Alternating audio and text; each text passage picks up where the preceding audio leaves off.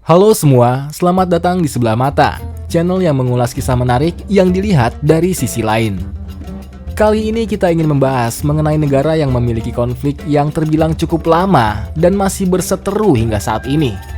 Negara yang kami maksud adalah Palestina.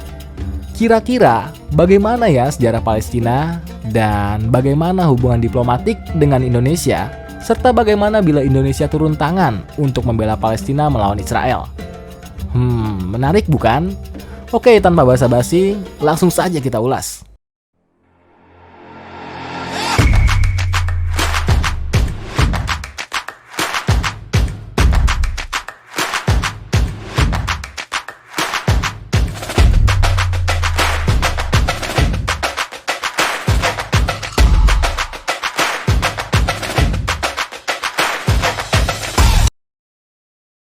Palestina. Negara Palestina terletak antara Laut Tengah dan Sungai Yordan. Status politik negara ini masih diperdebatkan, namun sebagian besar negara di dunia telah mengakui keberadaan Palestina sebagai sebuah negara yang berdaulat. Mr. Secretary General, I'm here today to fight for humanity. I'm here today to fight for justice for the Palestinian people. Masa kolonial Inggris dan imigrasi Yahudi Eropa ke Palestina. Palestina menjadi jajahan Inggris dan menduduki selatan Palestina serta bagian tengahnya pada Desember tahun 1917. Lalu pada tanggal 2 November 1917, Deklarasi Balfour ditandatangani. Deklarasi Balfour itu sendiri secara singkat adalah pernyataan terbuka yang dikeluarkan pemerintah Inggris pada tahun 1917 semasa Perang Dunia Pertama untuk mengumumkan dukungan bagi pembentukan sebuah kediaman nasional bagi bangsa Yahudi di Palestina. Saat perjanjian Balfour dilaksanakan, tercatat sebesar 56.000 sampai dengan 100.000 Yahudi menetap di Palestina yang termasuk 8% dari penduduk Palestina. Pada 1939 sampai 1945, eksodus Yahudi ke Palestina tidak bisa dilepaskan dari tragedi Holocaust yang terjadi di Eropa. Holocaust atau pembantaian orang-orang Yahudi oleh Nazi Jerman memicu munculnya pengungsian yang cukup besar akibat perbuatan Nazi pada Perang Dunia. Pembagian wilayah Israel dan Palestina. Setelah perjanjian Balfour dirilis, terjadi kerusuhan di mana setidaknya 2.000 orang menjadi korban jiwa dan 4.000 lainnya terluka akibat berbagai kerusuhan. PBB lalu membentuk Komite Khusus untuk Palestina atau UNSCOP pada Mei 1947 dan pada Agustus 1947, Komite Khusus merekomendasikan pada Sidang Umum PBB sebuah skema pembagian wilayah Palestina dengan masa transisi selama 2 tahun yang dimulai pada tanggal 1 September 1947. Di mana pembagian itu sendiri terdiri atas negara Arab merdeka seluas 11.000 km persegi dan negara Yahudi seluas 15.000 km persegi. Sedangkan kota Yerusalem dan Bethlehem akan berada di bawah kendali PBB. Namun usulan ini tidak memuaskan kedua kelompok Yahudi maupun Arab, karena bangsa Yahudi kecewa telah kehilangan Yerusalem. Sementara itu, kelompok Arab khawatir pembagian ini akan mengganggu hak-hak warga mayoritas Arab di Palestina.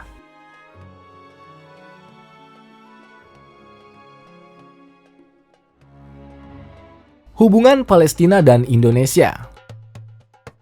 Palestina adalah salah satu pendukung awal kemerdekaan Indonesia pada tahun 1945. Mufti Agung Yerusalem dan pemimpin tertinggi Dewan Palestina yaitu Syekh Muhammad Amin Al-Husaini berjasa meningkatkan pengakuan negara-negara Arab lainnya atas Indonesia, khususnya melalui Liga Arab. Mereka juga sepakat untuk menekan Inggris di Indonesia dan tidak mendukung kolonialisme Belanda di Indonesia. Akibatnya, Indonesia sejak awal sangat tidak ramah terhadap Israel.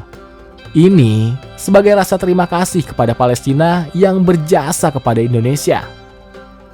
Presiden Indonesia pertama dan kedua, yaitu Insinyur Soekarno dan Soeharto, sangat mendukung perjuangan rakyat Palestina dan mengutuk keras agresi Israel terhadap negara-negara Arab dan mendukung negara-negara Arab dalam perjuangan mereka melawan Israel. Spirit kerjasama akan selalu dikedepankan Indonesia spirit yang menguntungkan semua pihak tanpa meninggalkan satu negara pun. No one, no country should be left behind. Persamaan derajat inilah yang ditekankan oleh Bapak Bangsa Indonesia, Soekarno, Bung Karno.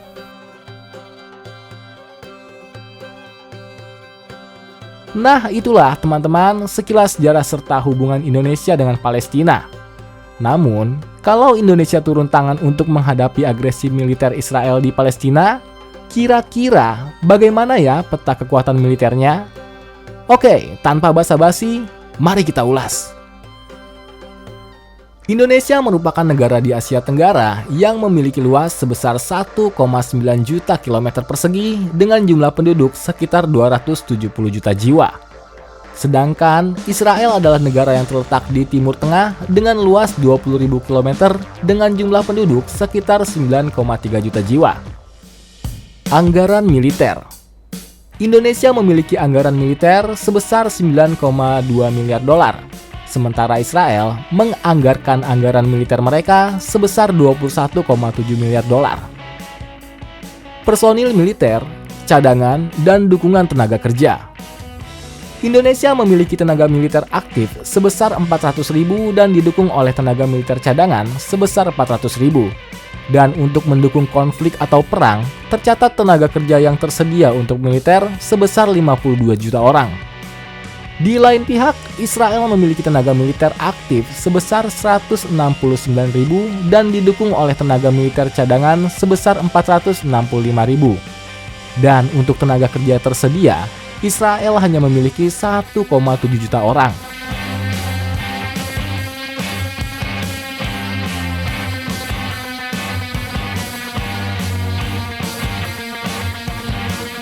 Angkatan Darat. Untuk Angkatan Darat di Indonesia, diulas di Armored Force, Indonesia memiliki aset sebagai berikut. Tank sebanyak 408 unit, kendaraan lapis baja sebanyak 1.249 unit, artileri sejenis tank dan artileri angkut sebanyak 497 unit, artileri roket sebanyak 86 unit. Sedangkan Israel untuk aset Angkatan Darat memiliki aset sebagai berikut. Tank sebanyak 1.650 unit, kendaraan lapis baja sebanyak 6.135 unit, artileri sejenis tank dan artileri angkut sebanyak 1.650 unit, artileri roket sebanyak 48 unit. Masih di Angkatan Darat, berikut adalah kendaraan tank dan lapis baja unggulan dari Indonesia dan Israel. Indonesia memiliki tank AMX-13, Macan Tutul 2A4, PT-76, dan Harimau Hitam. Sedangkan Israel tidak kalah canggih, Israel memiliki beberapa tank seperti Markava Mark III, Mark IV, dan Mark II. Komen di bawah ya, bila kamu mau kita ulas mengenai tank serta perbandingan tank yang ada di dunia. Oke, mari kita lanjut ke Angkatan Udara. Angkatan Udara. Indonesia memiliki beberapa pesawat unggulan. Besar kemungkinan dalam proses perang, Angkatan Udara akan menjadi peran penting dalam medan pertempuran. Berikut adalah aset Angkatan Udara yang dimiliki Indonesia menurut Global Firepower. Indonesia memiliki aset Angkatan Udara sebagai berikut.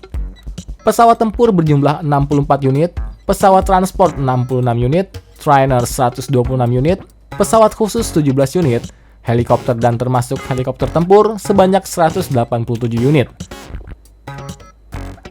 Untuk Israel sendiri, mereka pun memiliki jumlah aset Angkatan Udara yang lebih besar dibanding Indonesia. Berikut adalah asetnya. Pesawat tempur berjumlah 268 unit, pesawat transport 15 unit, trainer 153 unit, pesawat khusus 23 unit, helikopter dan termasuk helikopter tempur sebanyak 175 unit.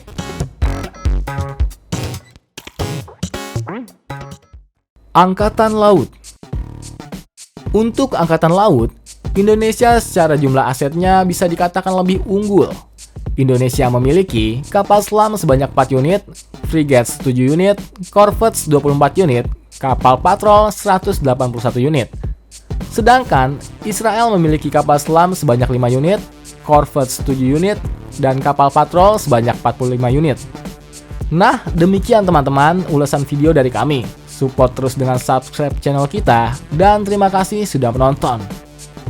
Ciao!